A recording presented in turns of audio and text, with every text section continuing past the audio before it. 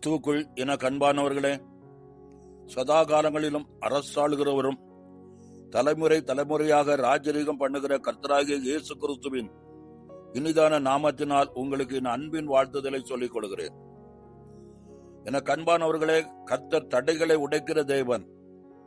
நமக்கு முன்பாக இருக்கிற வெண்கல கதவையும் இரும்பு தாழ்பாளையும் முறித்து போடுகிறவரும், அந்தகாரத்தில் இருக்கிற பொக்கிஷங்களையும் ஒளிப்படத்தில் இருக்கிற புதையல்களையும் உங்களுக்கு கொடுப்பேன் என்று வாக்கு பண்ணி இருக்கிறார். ஏசாயா தீர்க்க தரிசன புஸ்தகம் 45 அதிகாரம் 3-4 வசனங்களிலே, நானே இஸ்ரவேலின் தேவன் என்பதை அறியும்படி வெண்கல கதவுகளை உடைத்து இருப்பு தாழ்பாள்களை முறித்து அந்தகாரத்தில் இருக்கிற பொக்கிஷங்களையும் ஒளிப்படத்தில் இருக்கிற புதையல்களையும் உனக்கு கொடுப்பேன் என்று வாக்கு பண்ணி இருக்கிறார். என கண்பானவர்களே, தடைகளை உடைக்கிற தேவன் என்று தன்னை வெளிப்படுத்தினவர். அவருக்கு பல பெயர்கள் வேதத்தில் சொல்லப்பட்டிருந்தாலும் தடைகளை உடைக்கிற தேவன் என்ற பெயராலும் மீகா தீர்க்கதரிசிக்கு தன்னை வெளிப்படுத்தி காண்பித்தார். எனக்கு அன்பானவர்களே, இந்த தேவன் உங்கள் வாழ்க்கையில் காணப்படும் எல்லா தடைகளையும் உடைத்து போட வல்லவராயிருக்கிறார். பற்பல வகையில் நமக்கு தடைகள் வருகிறது. மனிதர்களால் உண்டாகும் தடைகள், சத்ருவினால் வரும் தடைகள், நமக்கு விரோதமாய் எழும்பும் சூழ்ச்சிகளின் நிமித்தம் எழும்புகிற தடைகள். வேதத்திலே பரிசுத்த பவுல் சொல்கிறார், 1 தெசலோனிக்கேயர் 2 அதிகாரம் 16 வசனத்திலே, புறஜாதியார் ரட்சிக்கப்படுவதற்கு நாங்கள் அவர்களோட புகாதபடிக்கு தடை பண்ணுகிறார்கள் என்று. சுவிசேஷம் அறிவிக்க முடியாதபடி மனிதர்கள் தடையாய் நிற்கிறார்கள். 1 தெசலோனிக்கேயர் 2:18 பார்ப்போமானால், தெசலோனிக்கே சபைக்கு வர 2 தரம் மனதாய் இருந்தபோது சாத்தான் தடை பண்ணினான் என்பதை பார்க்க முடிகிறது. பவுலின் பிரயாணத்தில் பல தடைகள் அவனுக்கு விரோதமாக வந்தன.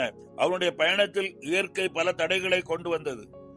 தேவன் தமக்கு தரும் ஆசீர்வாதத்தை பெற முடியாமல் தடைகள் நமக்கு முன்பாக இருந்தாலும் தடை உடைக்கும்படி நமக்கு முன்பாக தேவாதி தேவன் கடந்து போகிறார். உங்களுக்காக கர்த்தர் சொல்லிய நல் வார்த்தைகளை எல்லாவற்றையும் நிறைவேற்றி முடிப்பார். தடைகளை நீக்கி போடுகிற கர்த்தர் எனக்கு உண்டு என்று முழு நிச்சயமாக நீங்கள் நம்பும் போது அவர் வெண்கல கதவுகளை உடைத்து இரும்பு தாழ்பாள்களை முறித்து அந்தகாரத்தில் இருக்கிற பொக்கிஷத்தையும் ஒளிப்படத்தில் இருக்கிற புதையல்களையும் உங்களுக்கு கொடுப்பார். ஏனென்றால் என்னை தவிர வேறு தெய்வம் இல்லை என்று வாக்கு பண்ணி இருக்கிறார். இந்த ஆசீர்வாதத்தை சுதந்திரிக்க முடியாதபடி இருக்கிற தடைகள் என்னவென்று பார்க்கும்போது ஆராதிக்க கூடாதபடி ஏற்படும் தடைகள். என கண்பானவர்களே, இஸ்ரவேல் ஜனங்கள் 430 வருஷம் அடிமைப்பட்டு கிடந்தனர். அவருடைய அழுகுரலை கேட்டு தேவன் மோசேயை அனுப்பினார். மோசே பார்வோனிடத்தில் போய் ஜனங்களை ஆராதனை செய்ய அனுப்பிவிடும் என்று சொன்னார். அப்போது பார்வோன் அவர்களை தடை பண்ணினான். இங்கேயே கர்த்தருக்கு ஆராதனை பண்ணுங்கள், தூரம் போகாமல் அருகில் போய் ஆராதனை செய்யுங்கள் என்றார். புருஷர்கள் மட்டும் போய் ஆராதனை செய்யட்டும், உங்கள் ஆடு மாடுகள் இங்கே இருக்கட்டும், நீங்கள் போய் ஆராதனை செய்யுங்கள் என்றார். இவ்வாறு தேவனுக்கு ஆராதனை செய்வதை பார்வோன் தடை செய்தான். ஆனால் பஸ்கா ஆட்டுக்குட்டியின் ரத்தம் நிலைக்கால்களில் பூசப்பட்டு தலைப்பிள்ளை சங்காரம் நடந்தபோது பார்வோன் ஜனங்களை அனுப்பிவிட்டான். சர்வ வல்லமுள்ள தேவனாய கர்த்தர் தமது வல்லமையை வெளிப்படுத்தி ஜனங்களை அணி அணியாய் புறப்பட பண்ணினார். தடைகளை உடைப்பவர் நிச்சயமாய் ஆவிக்குரிய விஷயத்தில் காணப்படுகிற எல்லா தடைகளையும் உடைத்து அற்புதம் செய்வார். அன்று தானியேலுக்கு மனுஷனால் பல தடைகள் வந்து அதில் ஜெயமெடுக்க தானியேலுக்கு உதவி செய்த தேவாதி தேவன் உங்களுக்கும் உதவி செய்ய வல்லமை உள்ளவராயிருக்கிறார். உங்கள் வாழ்க்கையிலும் தேவனை ஆராதிக்க முடியாமல் தடை செய்கிற எல்லா வல்லமைகளையும் முறியடித்து உங்களை ஜெயமெடுக்க செய்ய கிறிஸ்து போதுமானவராய் இருக்கிறார். இரண்டாவதாக, ஆசீர்வாதத்தை சுதந்திரிக்க முடியாமலும் கானானை சுதந்திரிக்க முடியாமலும் ஏற்படும் தடைகளையும் மாற்றி போட கர்த்தர் உண்மையுள்ளவராயிருக்கிறார். தேவ ஜனங்கள் கானானை சுதந்திரிக்க வேண்டும், அந்த தேசத்தின் ஆசீர்வாதமாக இருக்க வேண்டும். இதில் பல காரியம் தடையாய் எழும்பினது. செங்கடல் தடையாக இருந்தது, எரிகோ தடையாய் இருந்தது, யோர்தான் தடையாய் எழும்பினது.